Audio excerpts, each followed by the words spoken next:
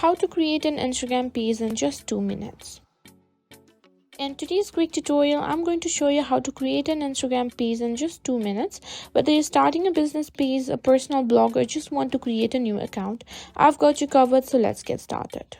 First things first, open Instagram app and make sure you're logged into your account. Go to your profile, tap on the three horizontal dots.